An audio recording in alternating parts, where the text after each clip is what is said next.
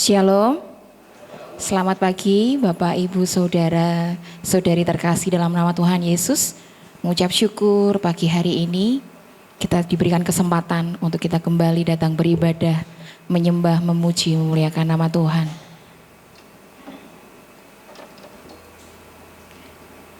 Haleluya.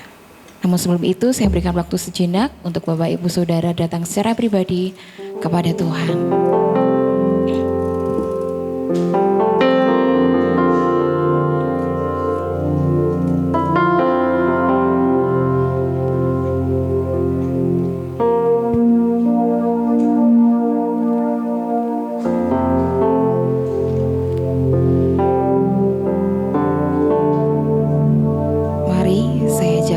Saudara untuk bersama-sama menyembah Tuhan, menyampaikan isi hati kita kepada Tuhan, kerinduan kita untuk datang kepada Tuhan, karena Tuhan tahu apa yang ada di dalam hidup kita.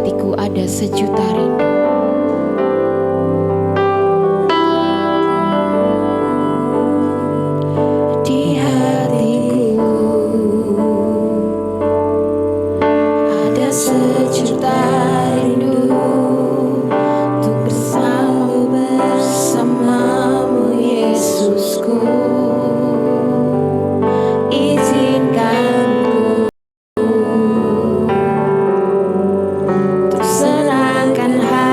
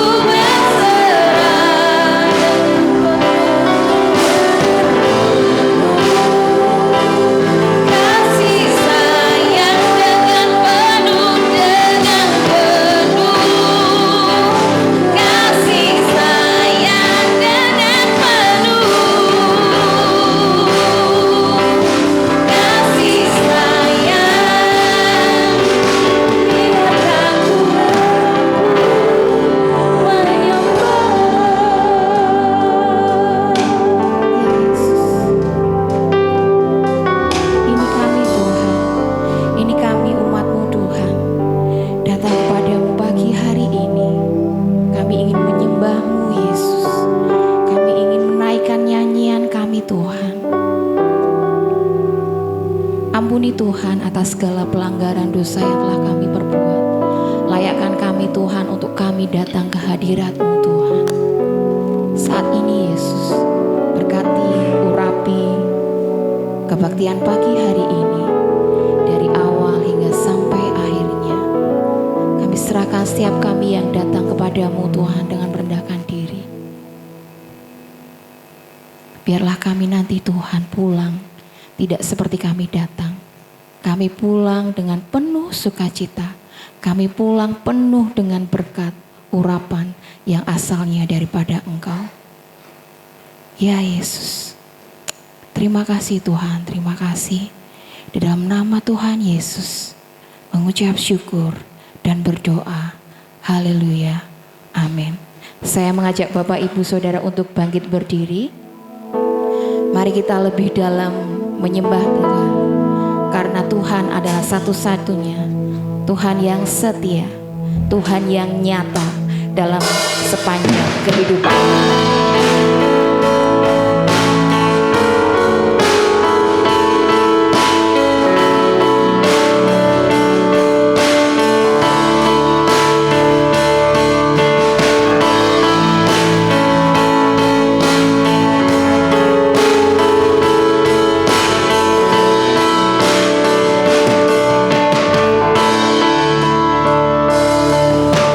Sungguh besar setiamu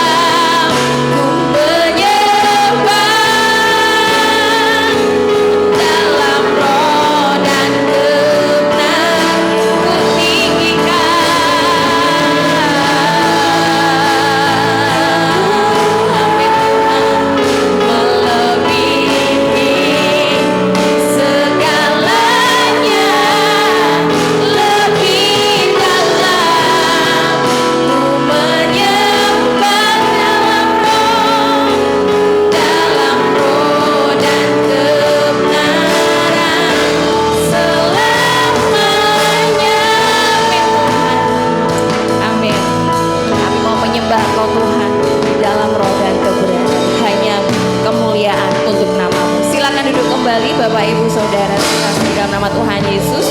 Pagi hari ini jemaat akan disambut oleh Bapak Pendeta Joshua Nugroho.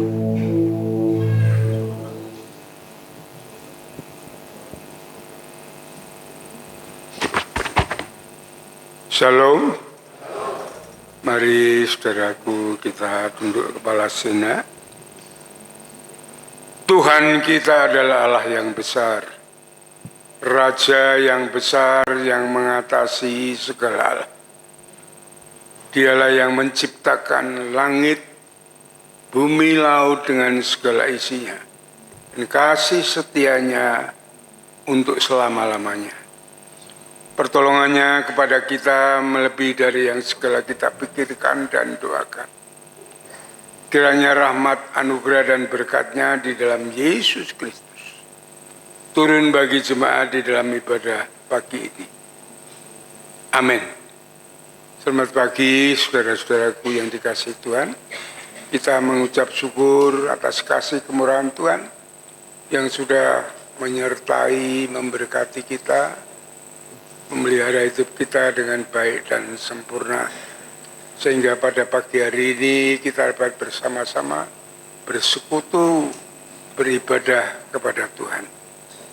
Kami sambut saudara di dalam kasih Kristus. Marilah saudara-saudaraku yang dikasihi Tuhan, pada ibadah pagi ini kita mau sungguh-sungguh siapkan hati kita untuk kita menyembah, memuji, mengagungkan namanya. Karenanya Dialah yang layak menerima segala pujian, hormat, dan kemuliaan.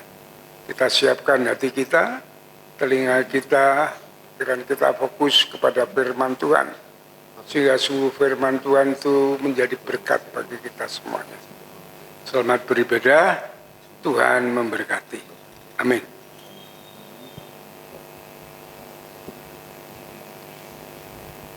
Amin. Mari kita bersama-sama bersukacita. Memberikan salam dulu kepada samping kanan dan samping kiri. Mari kita katakan, mari kita bersukacita di dalam Tuhan. Mari kita bersama-sama bersukacita di dalam Tuhan. Saya mengundang Bapak Ibu Saudara untuk bangkit berdiri bersama-sama. Kita mau naikkan pujian sukacita kita. Naikkan syukurku kepada Tuhan. Mari kita bertepuk tangan bersama-sama. Kasih yang begitu besar, lebih kuat dari dosa. Kasih yang menemukanku, selamatkan dan pulihkanku. Menaikkan syukur. Bersama-sama kita akan katakan amin. Selalu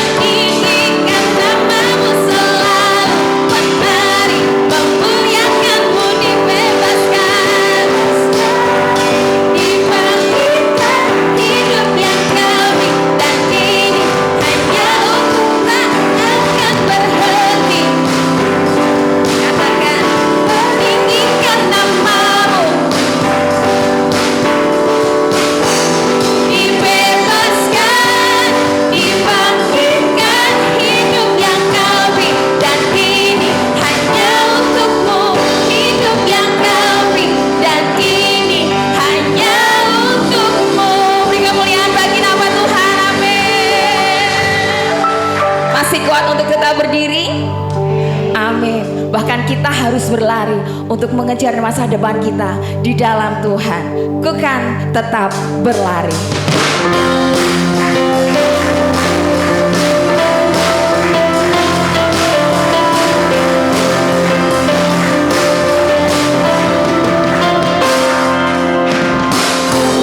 Kan bangkit, berdiri, dan melupakan semua yang ada di belakangku dengan kekuatan baru. Bersama siapa? Bersama Yesusku.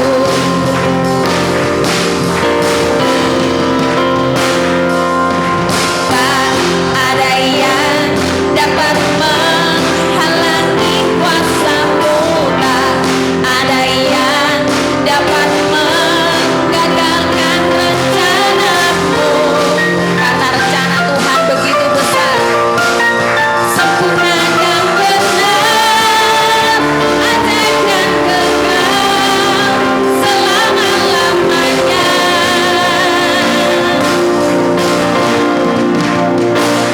Ku kan tetap berlari, mengejar semua mimpi, menuntaskan semua tugasku bagi generasiku.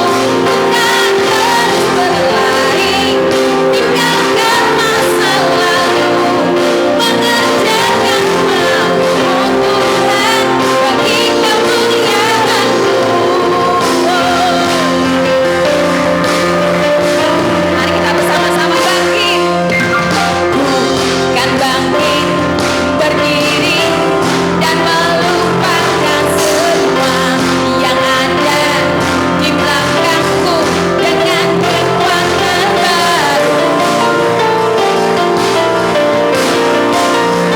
Sama Yesusku.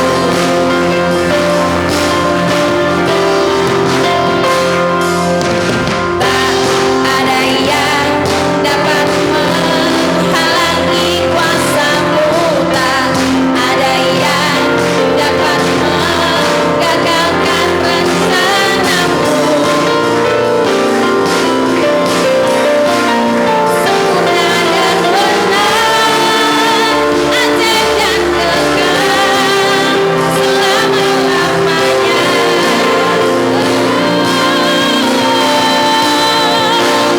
Ku kan tetap berlari, mengejar semua mimpi, menuntaskan semua tugasku bagi generasiku. Ku kan terus berlari, tinggalkan masa lalu, mengerjakan mau-Mu Tuhan bagi kemuliaan-Mu. Ku kan tetap berlari, mengejar semua mimpi, menuntaskan semua tugasku bagi generasiku. Ku kan terus berlari, tinggalkan masa lalu, mengerjakan mau-Mu Tuhan bagi kemuliaan-Mu. Amin.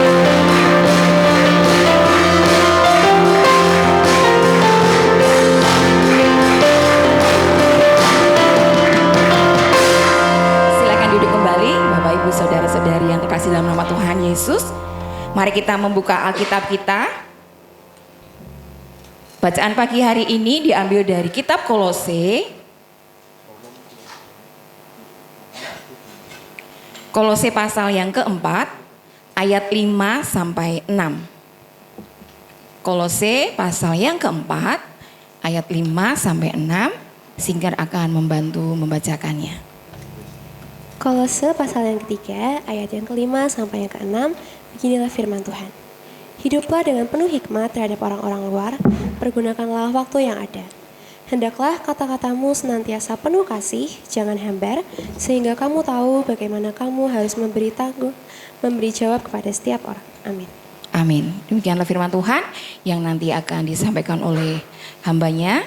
Kita responi bacaan firman Tuhan pagi hari ini dengan pujian firman hidup kekal.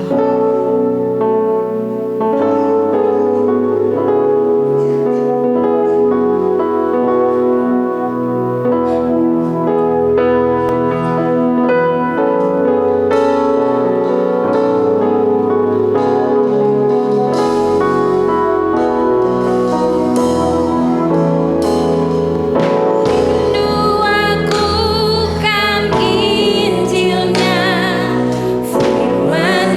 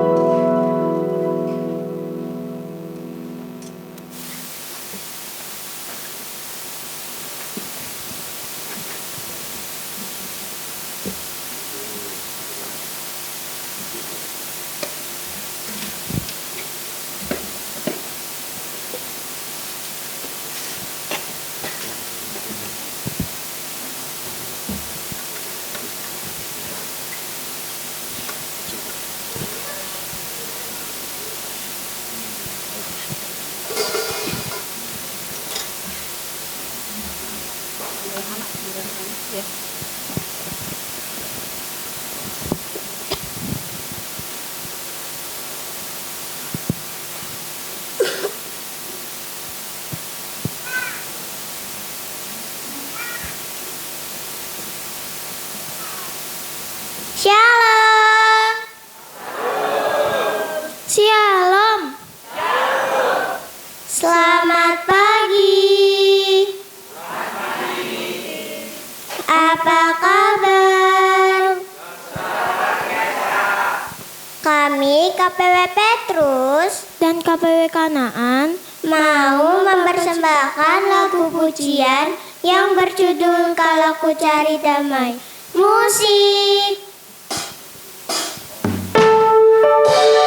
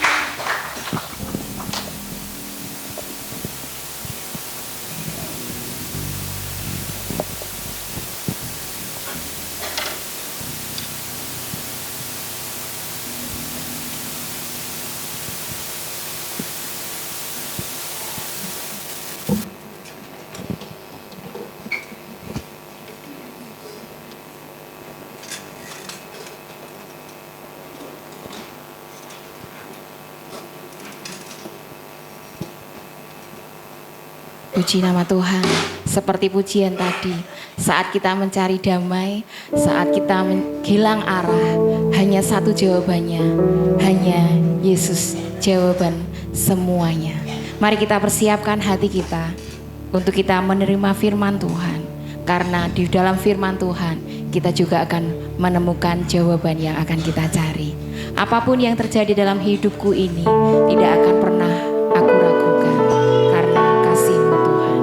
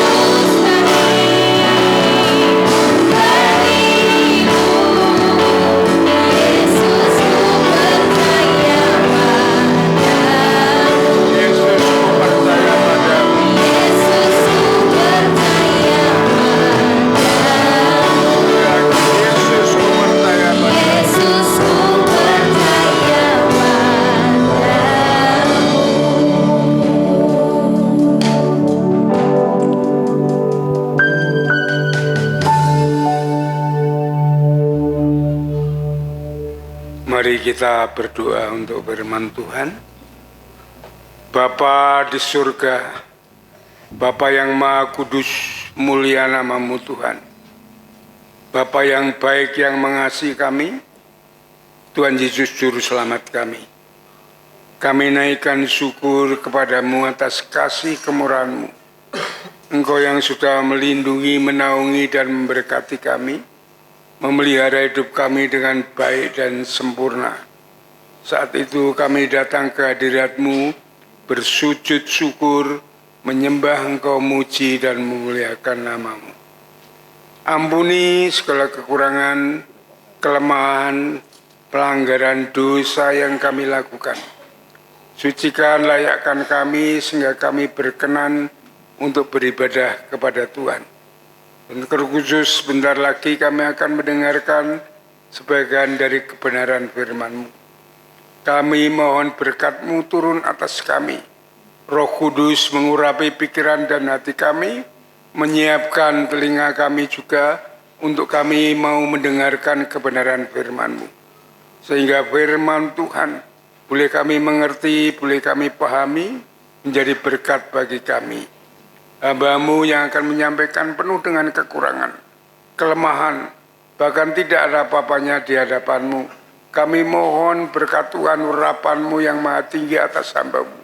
Berikan hamba-Mu hikmat kemampuan untuk menyampaikan kebenaran firman-Mu. Sehingga firman Tuhan sungguh-sungguh menjadi berkat bagi seluruh jemaat-Mu. Berikan hamba-Mu bahasa yang sederhana, yang mudah dimengerti dan dipahami. Sehingga hamba-Mu, jemaat-Mu semuanya boleh mengerti dan dapat menangkap untuk dilakukan di dalam hidupnya hari lepas hari. Sehingga rahmat Tuhan yang besar turun bagi seluruh jemaat-Mu. Mereka mendapatkan kemurahan Tuhan, kemurahan yang luar biasa yang dapat mereka nikmati dalam hidupnya. Terima kasih Bapa.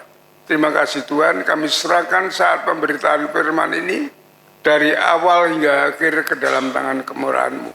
Hanya di dalam nama Yesus, Tuhan dan Juru Selamat kami naikkan syukur dan doa kami. Haleluya. Amin.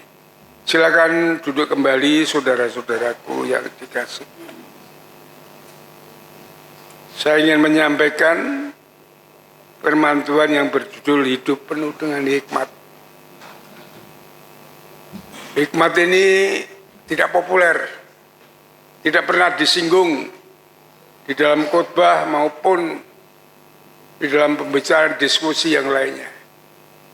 Tapi sebenarnya hikmat itu sangat amat penting bagi dalam kehidupan kita sehari-hari, baik secara pribadi, sebagai kepala rumah tangga, sebagai pemimpin, baik di dalam pekerjaan, maupun di dalam hal lainnya, apalagi pemimpin rohani.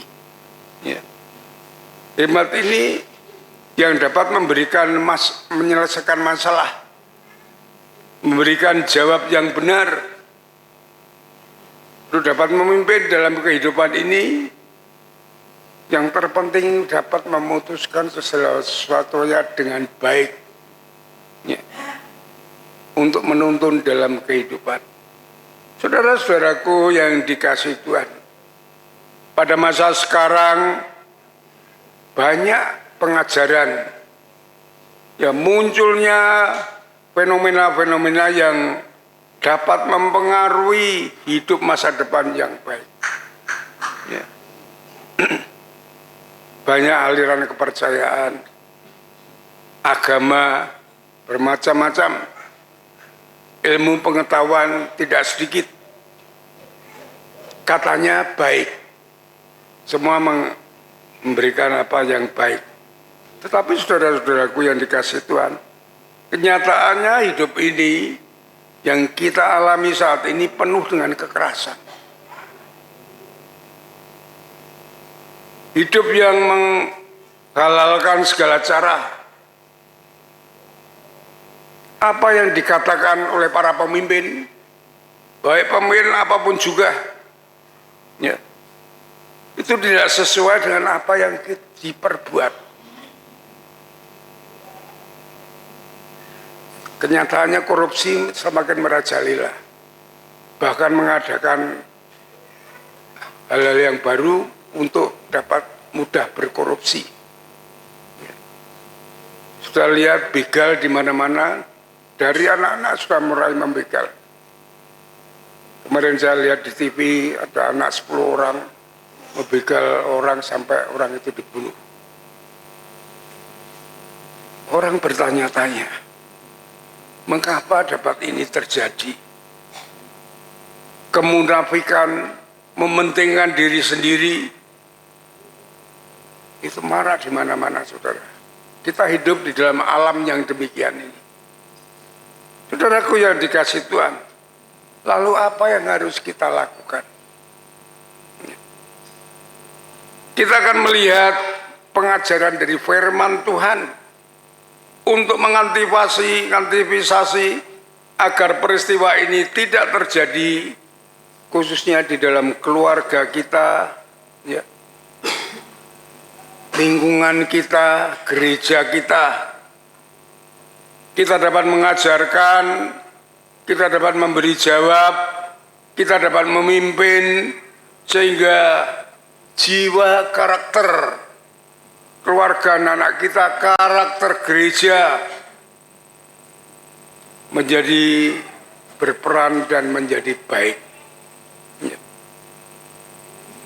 Saudaraku yang dikasih Tuhan, oleh sebab itu pentingnya hikmat bagi kita orang-orang yang percaya dalam menghadapi hidup ini,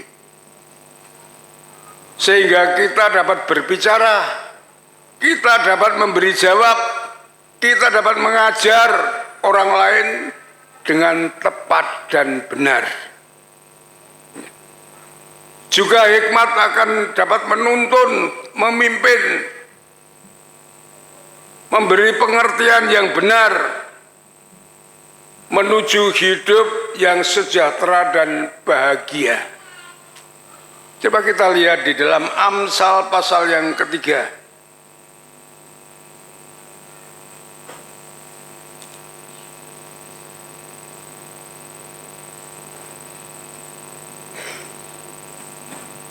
Perhatikan, Amsal yang ketiga. Kita lihat dalam ayat yang ke-13. Saya bacakan, saudara menyimak baik-baik. Berbahagialah orang yang mendapat hikmat, orang yang memperoleh kepandaian, karena keuntungannya melebihi keuntungan perak dan hasilnya melebihi emas. Ia lebih berharga daripada permata. Apapun yang kau inginkan tidak dapat menyamainya. Hikmat lebih daripada segalanya. Umur panjang ada di tangan kanannya, di tangan kirinya kekayaan dan kehormatan.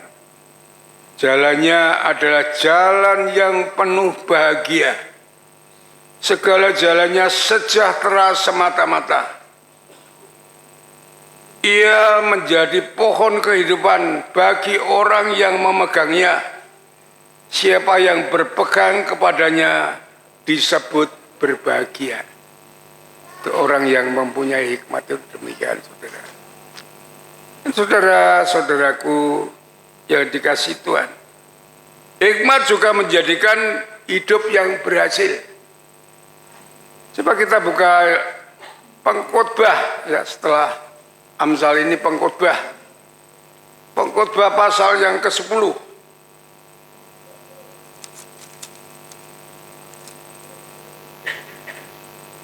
Ayat yang ke-10.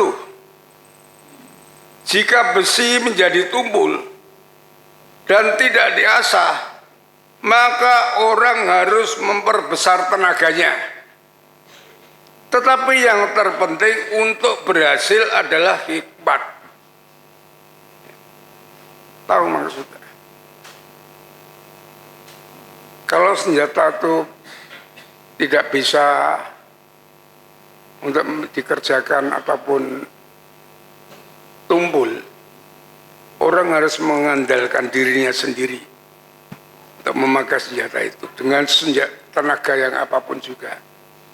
Tetapi hikmat itulah yang akan menjadi keberhasilan. Saudara-saudaraku yang dikasih Tuhan,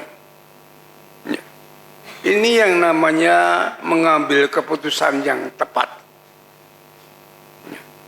Tetapi hikmat yang bagaimana? Yang harus kita dapatkan, hikmat adalah ya Perhatikan, hikmat adalah suatu pikiran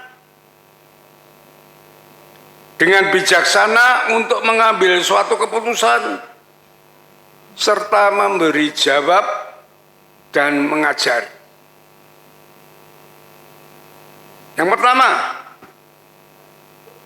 jika hikmat itu dari dunia, dari pikiran manusia itu sendiri, dari filsafat manusia itu sendiri, itu di dalamnya ada unsur iri hati, mementingkan diri sendiri. Coba kita lihat di dalam Yakobus. Yakobus pasal yang ketiga.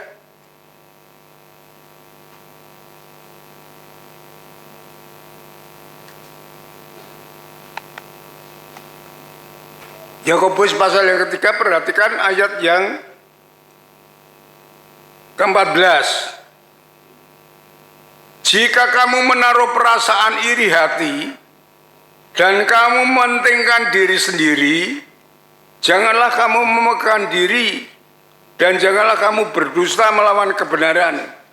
Itu bukan hikmat yang datang dari atas, dari Allah, tetapi dari dunia, dari nafsu manusia, dari setan-setan. Perhatikan ayat 15, ayat 16. Sebab di mana ada iri hati dan mementingkan diri sendiri, di situ ada kekacauan dan segala macam perbuatan jahat. 17. Tetapi hikmat yang dari atas adalah pertama-tama murni, selanjutnya pendamai, peramah, penurut, penuh belas kasihan, dan buah-buah yang baik, tidak memihak, tidak munafik, dan buah yang terdiri dari kebenaran ditaburkan dalam damai untuk mereka yang mengadakan damai. Saudara-saudaraku yang dikasihi oleh Tuhan, dalam kita mengambil suatu keputusan yang penting tentunya di dalam hidup ini, baik keputusan di dalam pekerjaan, di dalam rumah tangga, di dalam memimpin gereja, ini perlu hikmat Allah, agar Allah sendiri yang memimpin pikiran kita untuk mengambil suatu keputusan, agar keputusan itu membawa kebaikan, damai sejahtera untuk masa depan. Tapi keputusan itu, jika keputusan itu datang dari hikmat dunia, nafsu manusia, keserakahan, maka keputusan itu akan menjadi kehancuran. Saya kasih contoh. Coba kita buka di dalam Kas 1 Raja-Raja, ini contohnya. 1 Raja-Raja pasal 42, pasal 22.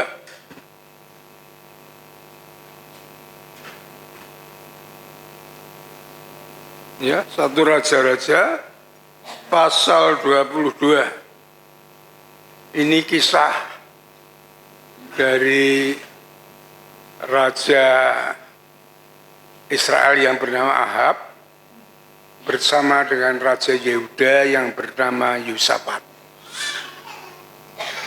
Ahab bersepakat dengan Yosafat untuk memerangi Ramut Gilead.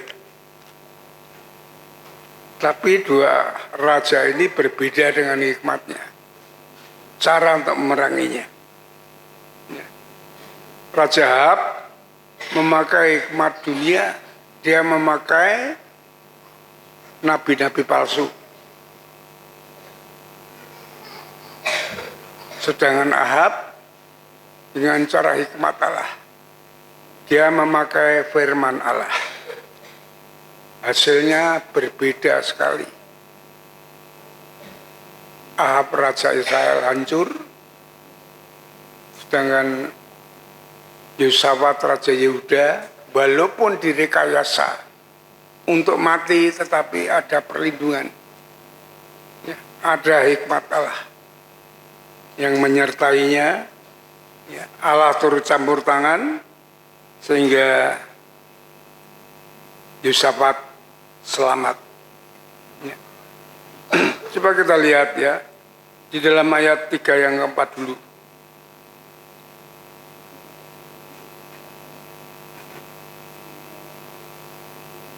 Ayat 2 dulu ya, supaya saudara jelas.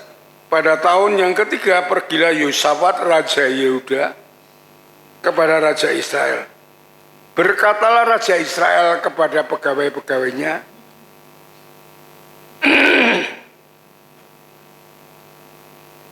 tahukah kamu bahwa Ramot Gilead sebenarnya milik kita? Tetapi kita tinggal diam saja dan tidak merebutnya dari tangan Raja negeri Aram.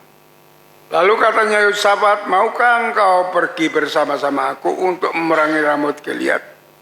Jawab Yosafat kepada Raja Israel, kita sama-sama, aku dan engkau, rakyatku dan rakyatmu, kudaku dan kudamu.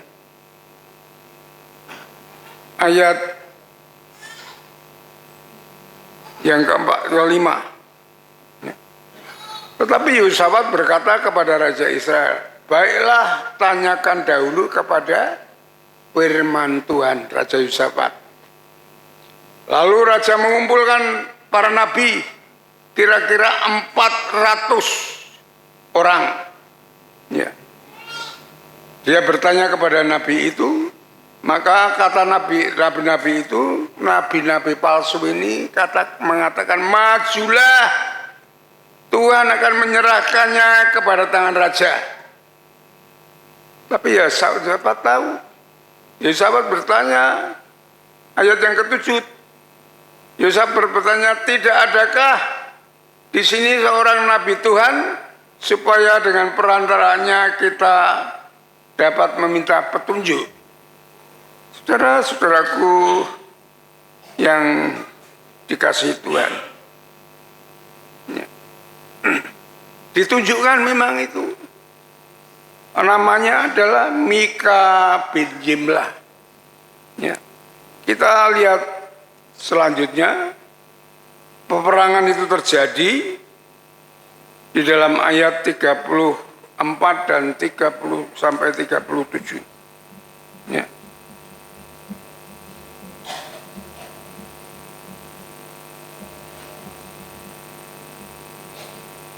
Ayat 33. Segera sudah para panglima pasukan kereta itu melihat bahwa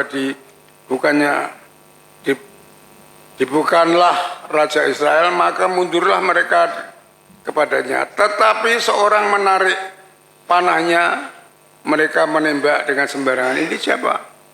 Ini adalah kelicikan daripada Ahab, Raja Israel, yang diburu oleh Ramot Gilead, orang-orang Aram itu adalah Raja Israel. Tetapi Ahab berkata kepada Yosafat supaya dia berganti pakaian seolah-olah menjadi Raja Israel, dia suruh maju ke depan. Itu kelicikan Raja Ahab karena dia punya hikmat daripada nabi palsu. Tetapi orang-orang Aram mengerti, oh itu bukan orang Israel, diurungkan untuk membunuh Yosafat. Ya. Sehingga Yosafat lepas dari pada pembunuhan itu. Ya. Ayat yang ke-32 dikatakan, segeralah sesudah para panglima pasukan kereta itu melihat Yosafat, mereka berkata, itu pasti Raja Israel. Lalu mereka untuk menyerang dia. Tetapi Yosafat berteriak. Segera sesudah para panglima pasukan kereta itu melihat bahwa dia bukan Raja Israel, maka undurlah mereka. Yang diburu adalah raja Israel. Kemudian bangsa Aram ini mengerti kalau Ahab itu muncul sebagai Raja Israel, lalu diburunya Raja Israel Ahab itu. Dan apa yang dialami oleh Raja Israel itu, dia mati. Ya, kita lihat di dalam ayat yang ke-34. Tetapi seorang menarik panahnya dan menembak dengan sembarangan saja dan mengenai Raja Israel antara sambungan baju jirahnya. Kemudian ia berkata kepada pengemudi kereta itu, putar, bawa aku keluar dari peneromuan, sebab aku sudah terluka. Saudara-saudaraku yang dikasihi oleh, kelicikan itu tetap kelicikan, tetap ada masanya. Saudara tahu baju jirah itu adalah lembaga semuanya peralatan lem itu yang dijahit. Itu orang itu mengatakan, orang Aram ini kita tarik, kita panah dengan sembarangan saja, tetapi tetap menusuk pada antara jahitan itu, sehingga Raja Ahab kena dan akhirnya dia mati. Ya.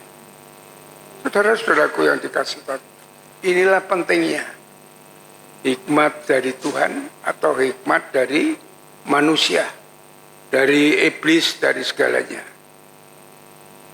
Jika kita demikian, hendaknya kita mengisi hati kita, ya, pikiran kita dengan hikmat Allah. Yesus adalah hikmat Allah. Kita buka di dalam 1 Korintus pasal yang pertama.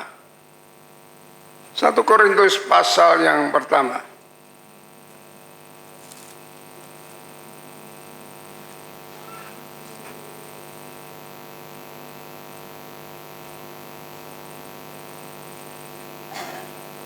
Ayat yang ke-24.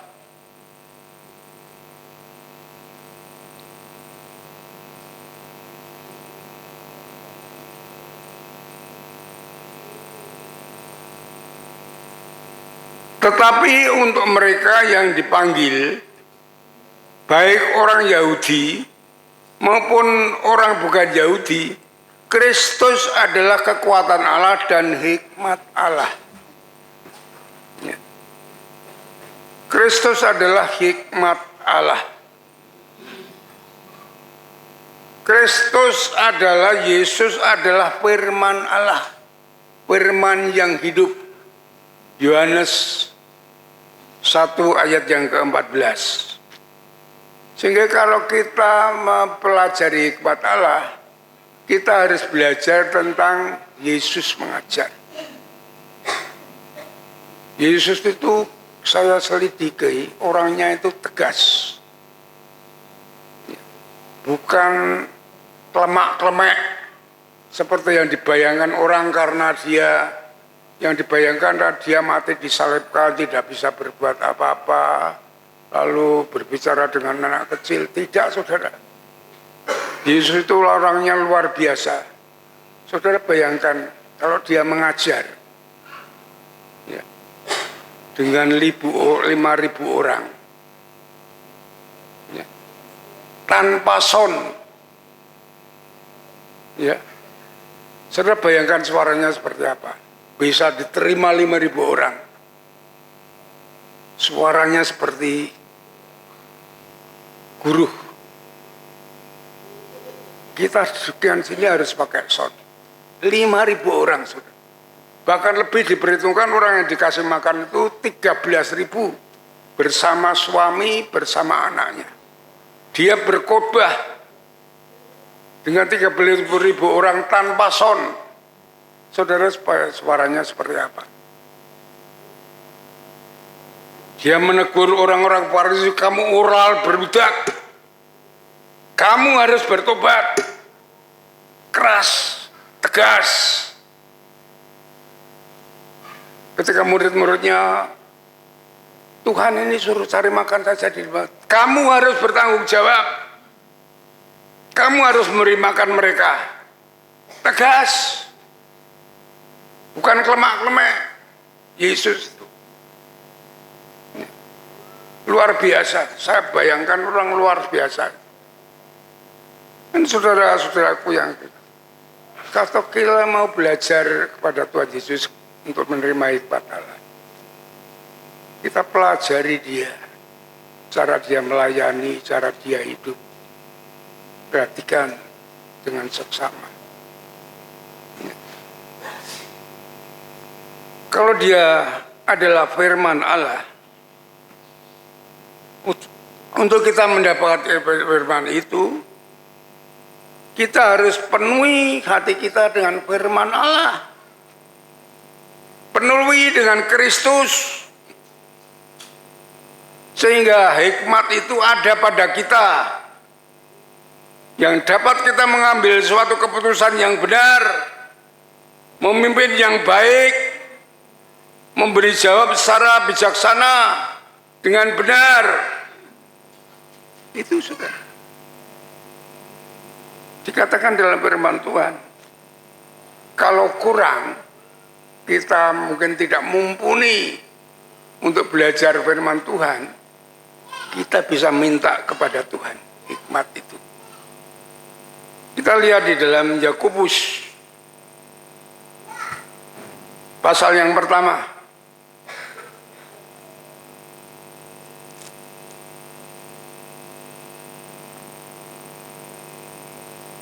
Ayat yang kelima. Tetapi apabila di antara kamu yang kekurangan hikmat, hendaklah ia memintanya kepada Allah. Saya mempelajari firman Tuhan itu berpuluh-puluh tahun, menyiapkan teks khotbah ini, satu lemari ada, satu koper ada. Tetapi saya merasa tidak bisa sempurna, tidak bisa sepenuhnya mempelajari firman ini hingga selesai. Sehingga saya perlu berdoa kepada Tuhan, minta hikmat Tuhan, supaya saya bisa memberi jawab, supaya saya bisa menuntun, membimbing, supaya saya bisa memimpin dengan baik sesuai dengan kehendak Tuhan. Saudara-saudaraku yang dikasih Tuhan, saat saya ada masalah yang berkaitan dengan gereja, ya, mula-mula saat di sini, gereja ini penuh dengan masalah, sampai urusannya dengan pemerintah. Ya, saya dipanggil untuk disidang dalam pemerintahan. Di situ ada Solpol, ada Kodim, ada Poltabes, ada KUA, dan semuanya. Saya bayangkan saya ini yang mau ditanyakan itu apa, kemudian jawab saya apa, saya tidak tahu. Saya tidak ada bidang dalam itu, dalam pemerintahan, dalam politik, dalam semuanya tidak ada bidang itu. Saya tidak mempelajari hal itu. Cuman saya bertanya, Tuhan bagaimana saya harus menjawab? Yang ditanyakan apa, saya jawabnya apa, saya tidak tahu. Saya bertanya, mereka dalam sidang itu berdiskusi, berdebat sendiri. Antara gereja ini boleh didirikan di sini atau tidak. Ya, sampai lama sekali. Lalu yang mau ditanyakan kepada saya belum ditanya. Mereka berdiskusi sendiri, berdebat sendiri. Ada DPRD dan semuanya. Sudah ditanyakan kepada saya apa, saya tidak tahu. Kemudian satu ditanyakan kepada saya jawab dengan satu kalimat saja. Itu dianggap mereka tepat jawaban saya. Sehingga DPRD datang ke sini untuk minggu berikutnya, dan saya dipanggil, saya pikir saya untuk disidang kembali.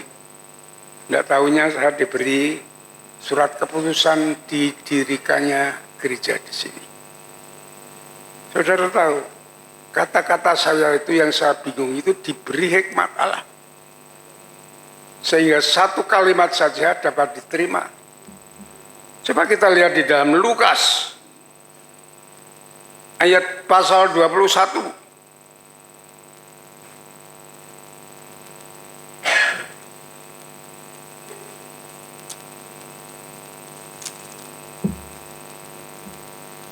Lukas pasal 21, sudah perhatikan saya baca gini. Ini orang Kristen kalau mau melayani harus menanggung semuanya ini.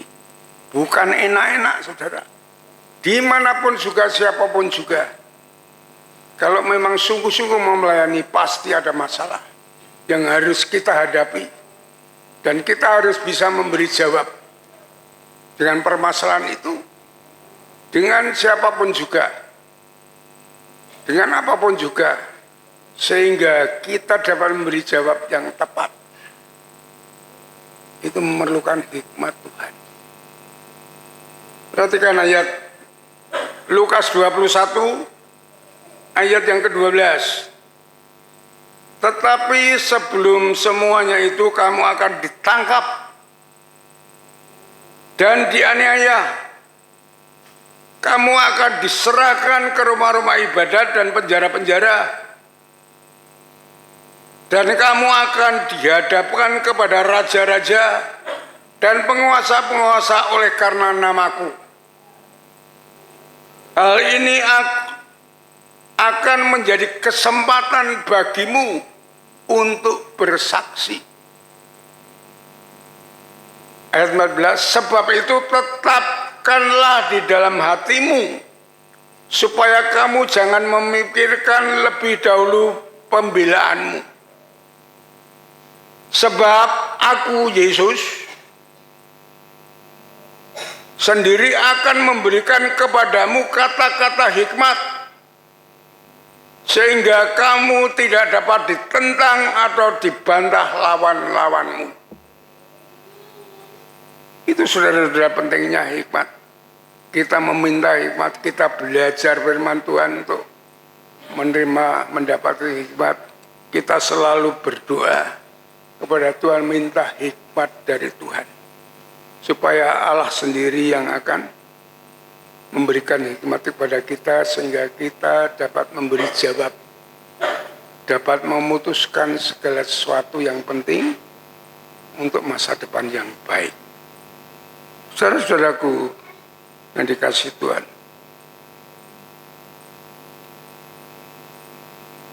jika kita pikirkan, kita dipenuhi dengan pengajaran filsafat dunia, maka yang keluar dari pikiran kita adalah hikmat dunia. Mungkin kita dipandang cerdas, pandai, ya, ilmunya tinggi, titelnya tinggi. Tapi hati-hati saudara, untuk memutuskan sesuatu, untuk mengajar, untuk membimbing banyak orang, keluarga, anak buah semuanya, itu belum tentu benar. Ya. Saudara lihat amburadulnya negeri ini, semuanya mementingkan diri sendiri. Yang disampaikan sama yang dilakukan berbeda sekali. Iya. Itu kita perhatikan hal itu. Ya. Kalau kita mengandalkan itu semuanya, hikmat dunia ini hanya kejahatan, hanya nafsu, hanya mementingkan diri sendiri. Tidak ada pejabat yang miskin di Indonesia ini, raja yang miskin banyak. Tetapi kalau jika penuh dengan hikmat Allah, kita akan memberi jawab dengan baik dan tepat. Ya. Seperti Kolose yang sudah kita baca tadi. Sudah, mari kita perhatikan itu. Kolose. Ya. Kolose pasal 4. Coba kita perhatikan itu. Kolose pasal 4 ayat 5 dan 6. Hiduplah dengan penuh hikmat terhadap orang-orang luar Pergunakanlah waktu yang ada. Hendaklah kita kata-katamu senantiasa penuh kasih. Jangan hambar, sehingga kamu tahu bagaimana kamu harus memberi jawab kepada setiap orang. Anak-anak kita bukan anak yang kecil terus. Semakin besar dia semakin kritis. Semakin diisi oleh dunia bermacam-macam. Kalau kita tidak memberikan jawaban yang benar, yang penuh dengan hikmat, dia akan mencari hikmat dunia. Itu akan menjadi kehancuran anak-anak kita. Penting, saudara. Oleh sebab itu pentingnya kita punya hikmat. Hikmat dari firman Tuhan, pentingnya anak kita diajar firman Tuhan supaya mempunyai hikmat dan dari Allah. Ya, saudaraku yang dikasihi oleh Tuhan. Ya. Setelah kata-kata kita akan menjadi suatu keputusan yang baik dan bijaksana, walaupun masalah itu sulit seperti apapun.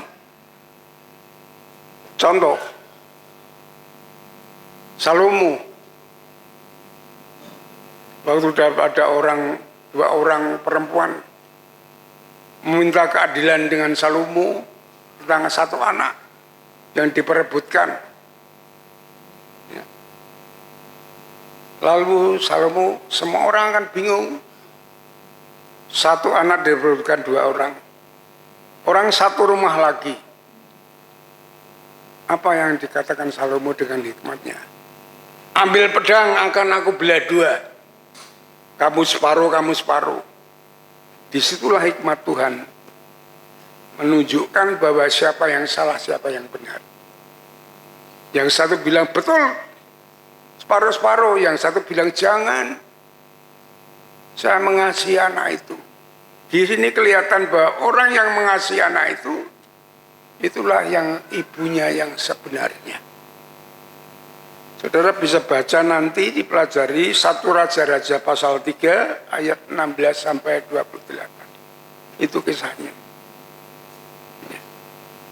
Begitu juga saya memimpin dalam gereja ini, memimpin keluarga, tidak sembarangan, saudara. Saya bukan orang pandai. Ya.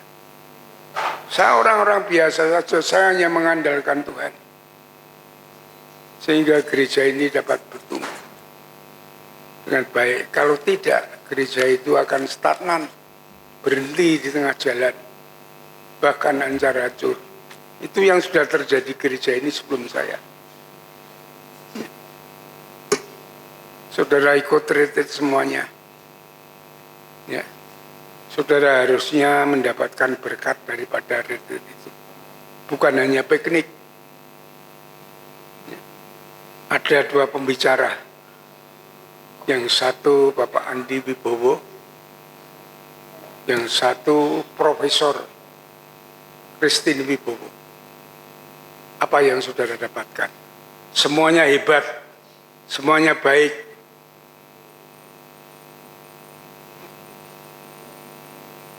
Apa yang saudara dapatkan? Kalau saudara tidak mendapatkan, berarti saudara tidak memperhatikan. Saudara hanya mendapat berkat-berkatnya saja, tidak mendapatkan berkat presentasi firman Tuhan yang disampaikan. Oleh sebab itu, perhatikan saat kita beribadah, mendengarkan firman Tuhan, perhatikan firman Tuhan itu berbicara tentang apa, pesan firman Tuhan itu apa yang harus kita renungkan, janjinya apa, perintahnya apa. Itu baru kita lakukan, kita mendapatkan berkat.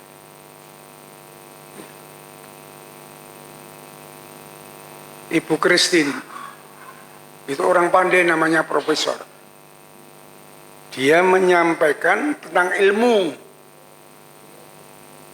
psikologi yang sudah diteliti, sudah diriset.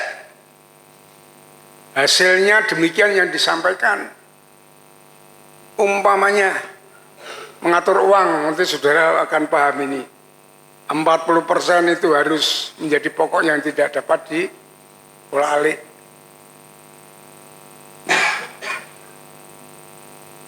Kemudian 10% itu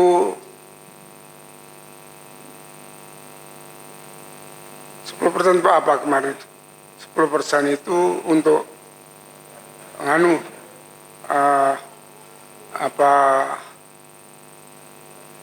persiapan untuk anak-anak belajar itu, ya, untuk asuransi. Yang 30% untuk membayar kredit. Yang 20% baru saudara dapat untuk menikmati yang lainnya. Saya tidak mendapatkan pelajaran itu karena pelajaran itu di dalam pelajaran di STB tidak ada. Itu pelajaran psikologi, bagaimana mengatur cara hidup dengan keuangan. Ya. Maka yang saya ajarkan kepada jemaat, saat jemaat akan mau menikah, pranikah, cara mengatur uang itu saya mengikuti firman Tuhan. Apa yang disampaikan firman Tuhan yang saya tangkap? Orang menikah itu 2 menjadi 1. Harus satu keputusan dari 2 orang ini. Kalau saudara mendapatkan berkat, gaji dan segalanya, pertama untuk Tuhan. 1/10 itu milik Tuhan, bukan milik saudara. Kemudian segala sesuatunya harus saudara bicarakan bersama. Apa kebutuhan suami, apa kebutuhan istri. Ya, tanda salib kan begitu, atas untuk Tuhan, suami istri. Kebutuhan apa ya? Kebutuhan yang diperlukan kepentingan sehari-hari. Mungkin istri butuh bedak, butuh lipstik, dan segalanya saya tidak tahu. Suami butuh bensin dan semuanya saya tidak tahu. Yang penting itu harus dibicarakan bersama, 2 menjadi 1. Ya. Kemudian baru yang lainnya. Yang terdekat. Semua harus bicarakan berdua. Umpamanya, saudara menyekolahkan anak.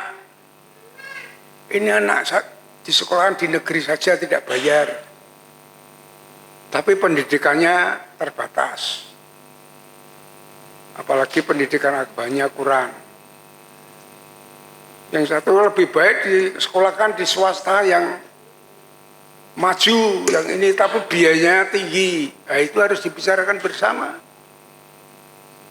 Kalau tidak, saudara akan ribut di tengah jalan. Ya, kalau keputusan sepihak akan ribut. Saudara membeli rumah, saudara membeli kendaraan, dibicarakan bersama. Supaya tidak salah menyalahkan. Itu yang saya bisa berikan kepada jemaat. Bukan seperti Boris itu tentang ilmu realitas. Memang harus begitu, yang baik itu tidak salah. Tidak salah, benar menurut kehidupan sehari-hari. Tetapi firman Tuhan yang mengajarkannya demikian.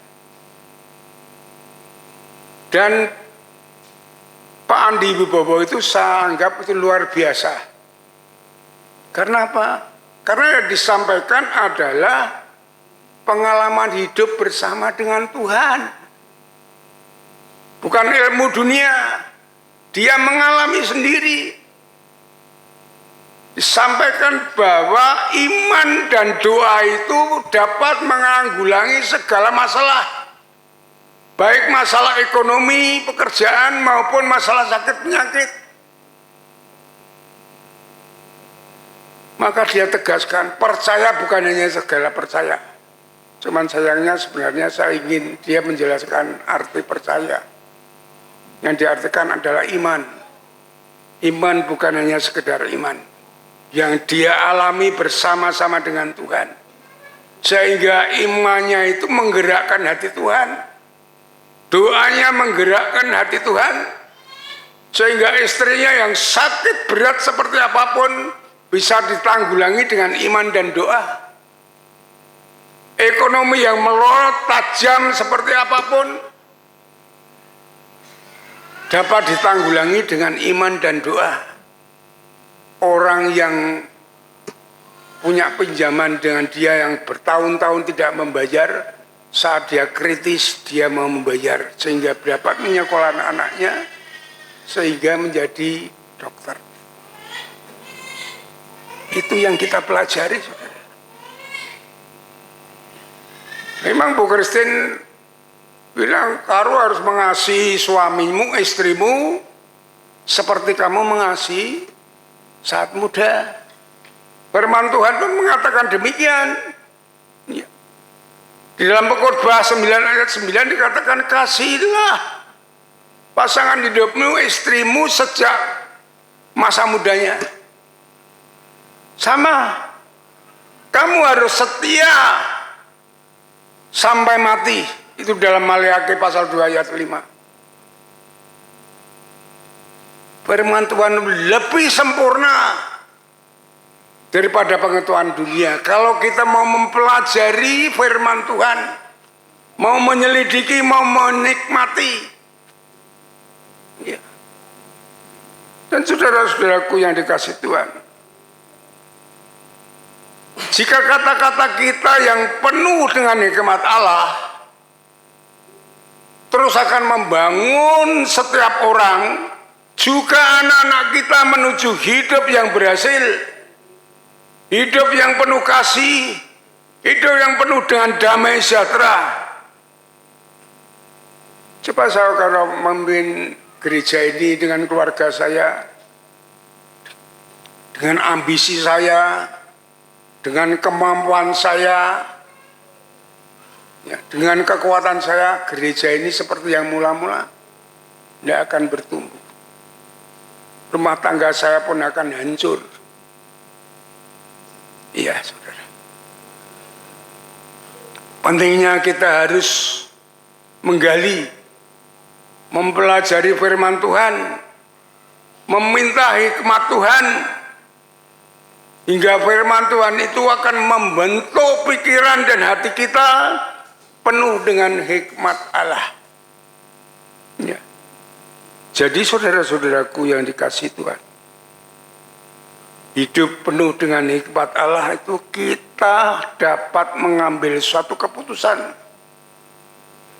mengajar, memimpin, membimbing, memberi jawab kepada keluarga maupun orang banyak dengan benar dan tepat, sehingga membawa orang kepada hidup yang bertumbuh penuh damai sejahtera.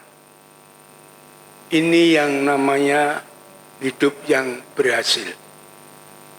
Allah dipermuliakan. Amin. Mari kita berdoa. Bapa di surga, Bapa yang baik yang mengasihi kami mengucap syukur pada pagi hari ini kami dapat menerima firman Tuhan yang belum pernah kami dapatkan dimanapun kami berada. Engkau adalah hikmat Allah. Engkau Allah yang sungguh-sungguh memperhatikan, yang mempunyai rancangan yang baik terhadap hidup kami, untuk masa depan kami, supaya kami menjadi orang yang berhasil dengan baik, sehingga kami menjadi saksi Tuhan dimanapun berada. Nama Tuhan dipermuliakan melalui hidup kami. Terima kasih Bapak, terima kasih Tuhan. Berkati seluruh jemaat-Mu. Hamba-Mu sudah menyampaikan sebagian dari kebenaran firman-Mu. Kami mengakui kurang sempurna.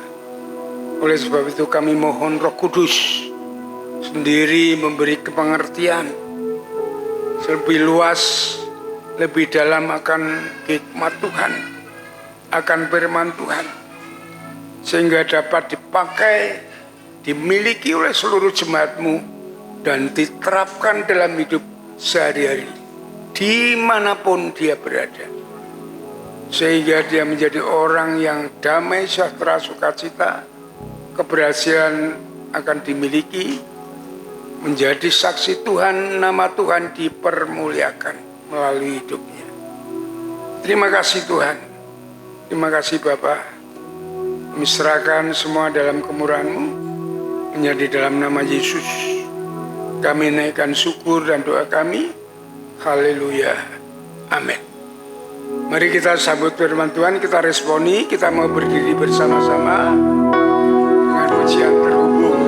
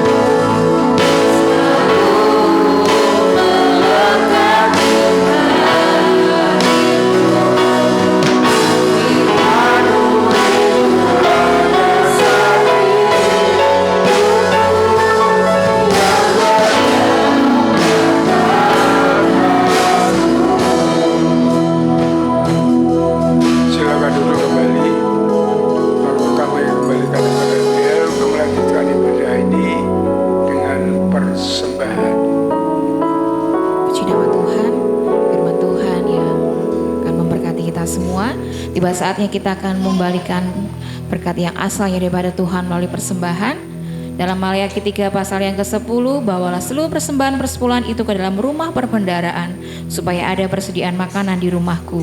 Dan ujilah aku, firman Tuhan semesta alam, apakah aku tidak akan membukakan bagimu tingkap-tingkap langit dan mencurahkan berkat kepadamu sampai berkelimpahan. Mari kita persiapkan persembahan kita dengan pujian kasihnya seperti sungai, dan kaum muda dan pemuda mohon untuk mempersiapkan diri.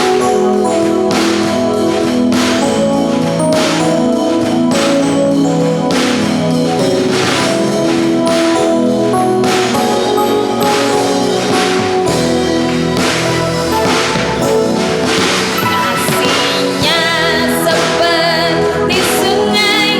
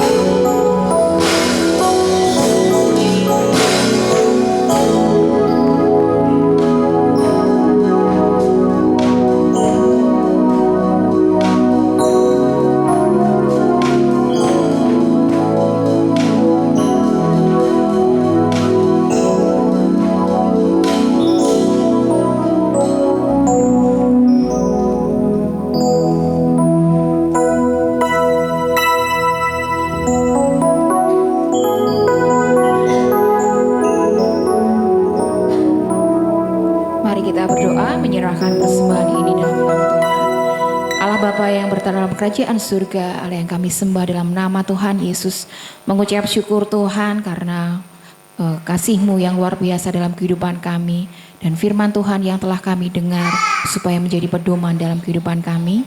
Saat ini Bapa, kami menyerahkan persembahan kami, persembahan seperluhan kami, dan persembahan khusus yang lainnya Tuhan, ke dalam altar-Mu Tuhan. Kiranya Engkau memberkati persembahan kami, sucikan, kuduskan, agar layak untuk menjadi pelebaran kerajaan-Mu di GBI Tlogomulyo ini Tuhan. Dan berkati tangan-tangan yang sudah memberi dengan sukacita, kiranya Engkau melimpah-limpahkan berkat dalam kehidupannya. Terima kasih Tuhan, terima kasih. Di dalam nama Tuhan Yesus kami mengucap syukur dan berdoa. Haleluya, amin.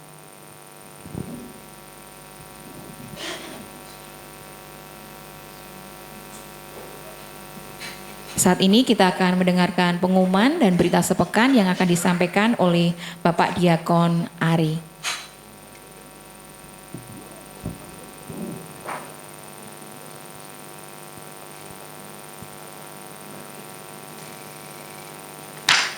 Shalom Bapak Ibu Saudara, puji Tuhan, bersyukur kita boleh beribadah pagi hari ini, dan izinkan saya ambil waktu sejenak untuk menyampaikan berita sepekan di gereja kita. Yang pertama, kelas dasar-dasar iman Kristen dimulai hari ini ya. Jadi nanti mohon kepada semua peserta setelah ibadah pertama ini langsung menuju ke ruang serbaguna di samping ya. Yang kedua, ini adalah minggu kedua. Hari Rabu 13 Mei adalah saatnya kita berdoa puasa dan mengundang semua jemaat untuk datang di ibadah doa dan pujian sore harinya. Mulai pukul 18. Mari bersehati mencari perkenan Tuhan lewat doa jemaat. Yang ketiga, mengundang seluruh jemaat hadir di ibadah memperingati kenaikan Tuhan Yesus ke surga pada hari Kamis 14 Mei 2026 mulai pukul 7 pagi ya, dan hanya dilaksanakan satu kali ibadah hari Kamis nanti ya, jam 7. Yang keempat, hari Kamis dan Jumat adalah hari KPW, mari kita datang bersekutu di KPW kita masing-masing. Kemudian yang kelima, minggu depan di ibadah kedua ada tukar mimbar. Firman Tuhan akan dilayani oleh Pendeta Muda Novian Putra, STH dari BPW Wonorejo. Sementara itu Pendeta Stefanus Raya Putra, STH akan melayani di GBI Juwangi. Berikutnya untuk doa ya, mengundang Bapak Ibu untuk hadir ya dalam doa pagi online ya, setiap Selasa pukul 4.30 sampai 5.30 di link-link yang nanti akan disampaikan melalui organisasi gereja. Kemudian doa Hana kaum wanita Selasa mulai pukul 15. Ibadah doa dan pujian hari Rabu mulai pukul 18. Doa pagi onset hari Sabtu pukul 4.30 sampai 5.30 di gereja, dan doa Daniel, doa pribadi setiap jemaat 3 kali sehari. Silakan menentukan waktunya sendiri. Bapak Ibu bisa melihat jadwal kegiatan kita sepekan di buletin gereja. Kemudian segenap ya gembala sidang, pemimpin gereja dan segenap jemaat GBI Tlogomulyo mengucapkan selamat ulang tahun kepada tanggal 11 Mei Saudari Marta Ruli Meiva Ayu. Kemudian tanggal 12 Mei anak Syamah Shalom Sri Sansita. Kemudian Bapak Yedidah Dimas Yoga Pratama. Kemudian tanggal 13 Mei Ibu Meira Anita Teresia. Kemudian anak Theodor Ramon Jati Susilo. Kemudian tanggal 14 Mei Bapak Sony Chandramurti. Tanggal 15 Mei Ibu Florentina Maria Sumirah. Umur panjang ada di tangan kanannya dan di tangan kirinya kekayaan dan kehormatan. Jalannya adalah jalan penuh bahagia, segala jalannya sejahtera semata-mata. Kiranya Tuhan memberikan kesehatan, umur panjang bagi Bapak Ibu yang berulang tahun di pekan ini. Demikian warta gereja, berikutnya serahkan ke Bapak Pendeta Stefanus. Bapak Bapak Ibu Saudara, mari bersama kita bangkit berdiri. Kita akan akhiri dengan mengucap syukur dan kita akan menerima doa berkat. Bapa di surga, terima kasih. Dalam ibadah kami telah menyembah, memuji, dan kami diberkati dengan kebenaran firman-Mu. Betapa penting, betapa luar biasanya kami harus hidup di dalam hikmat Tuhan yang menuntun dalam kehidupan kami, baik dalam keluarga, dalam pekerjaan, dalam gereja, maupun kami di dalam menggapai masa depan. Biarlah Kristus senantiasa hidup di dalam kehidupan kami, dan firman-Mu yang menjadi tuntunan dalam seluruh kehidupan kami. Karena kami menyadari tanpa hikmat, yaitu Engkau sendiri, kami tidak mampu berjalan dalam kehidupan kami, Tuhan. Kami bersyukur untuk firman-Mu, mampukan kami untuk memegang teguh firman-Mu dan melakukan dengan setia dalam seluruh perjalanan kehidupan kami. Dan hamba berdoa buat Bapak Gembala, diberkati pelayanannya, kesehatannya, juga seluruh keluarga besarnya dipakai menjadi alat kemuliaan-Mu ya Bapak. Hamba berdoa menyerahkan gereja-Mu, Gereja Baptis Trogomulyo, diberkati baik secara kualitas maupun secara kuantitas. Kami terus ditambah-tambahkan dan menjangkau jiwa-jiwa baru. Demikian juga secara kualitas iman. Kami terus memegang teguh firman dan kami terus bertumbuh dalam pengenalan akan Engkau, semakin dewasa secara rohani. Diberkati seluruh jemaat-Mu, seluruh umat-Mu, baik dalam keluarga, dalam bisnis, usaha, jualan, Tuhan yang menolong, sehingga mereka semuanya diberkati dengan limpah di tengah-tengah situasi kondisi dunia yang tidak menentu. Kami percaya Tuhan, pemeliharaan-Mu sempurna dalam seluruh kehidupan jemaat-jemaat-Mu. Kau yang membukakan tingkap-tingkap langit dan mencurahkan berkat yang berkelimpahan. Anak-anak muda diberkati Tuhan, supaya terus berpaut kepadamu, hidup di dalam rancangan dan kehendak-Mu ya Tuhan. Diberkati mereka yang sekolah, mereka yang kuliah, yang sudah bekerja, maupun yang bergumul dengan pekerjaan. Tuhan tolong supaya anak-anak muda menjadi anak-anak muda yang kuat, anak-anak muda yang berpegang pada firman Tuhan dan melakukan dengan setia. Yang saatnya berumah tangga, Tuhan menolong supaya iman mereka tetap teguh sehingga mendapatkan jodoh yang seiman, yang sepadan, yang diberkati oleh Tuhan. Para pemimpin kami, mulai dari Bapak Gembala, para pendeta, para diakon, pengurus gereja, pembina ketua KPW, pemimpin-pemimpin organisasi, guru-guru sekolah minggu, guru PAUD, pengurus yayasan, semuanya diberkati, diurapi saat kami melayani Engkau, dipakai menjadi alat kemuliaan-Mu ya Tuhan. Pergumulan gereja-Mu, goal kehadiran 350 jiwa, goal persembahan 52 juta, dicukupkan, bahkan Tuhan beri kelimpahan bagi gereja-Mu, bagi seluruh jemaat-jemaat-Mu ya Tuhan. Terima kasih Tuhan Yesus. Hamba berdoa menyerahkan untuk setiap jemaat-jemaat-Mu yang sakit, Bapak Joko Sulistiono, Bapak Yeskel Sunardi, Bapak Haryanto, Bapak Budi Wibowo, Bapak Damai Ketaren, Ibu Trimo, Saudari Rusmiati, anak Marcel, anak Devarel, atau ada di antara kami yang sekarang bergumul karena sakit penyakit. Kami mohon pertolongan-Mu dan jamahan-Mu melalui kuasa bilur-Mu, sehingga kami dipulihkan, disembuhkan di dalam nama Tuhan Yesus Kristus. Yang lemah, yang undur, tolonglah ya Tuhan Yesus. Roh Kudus yang melawat, menjamah, melembutkan setiap hati yang keras, sehingga mereka boleh berbalik, setia, beribadah dengan penuh kesungguhan di hadapan hadirat-Mu. Yang berulang tahun, Tuhan mengaruniakan panjang umur, sehat, dan diberkati Tuhan dengan berkat yang melimpah-limpah.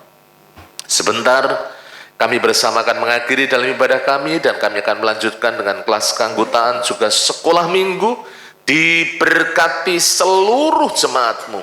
Kalau sebagian dari kami akan pulang, kami mohon penyertaan dan tuntunanmu atas setiap kami, sehingga kami boleh sampai di rumah dengan selamat. Jauhkan kami dari yang jahat, dan kami mohonkan berkat-Mu dicurahkan atas kami semuanya, baik berkat jasmani, rohani maupun materi. Terima kasih Tuhan Yesus, terpujilah nama-Mu. Kami menyerahkan seluruh doa dan syukur kami hanya di dalam satu nama, Tuhan Yesus Kristus. Bapak Ibu, seluruh jemaat yang mengasihi Tuhan, setelah engkau beribadah dengan tekun, setia dan taat, sekarang pulanglah. Terimalah berkat kasih anugerah dari Allah Bapa, damai sejahtera dari Tuhan Yesus Kristus, persekutuan di dalam Roh Kudus yang menyertai dan memberkati seluruh jemaat, mulai pada saat ini sampai selama-lamanya. Soli Deo Gloria. Haleluya. Haleluya. Amin.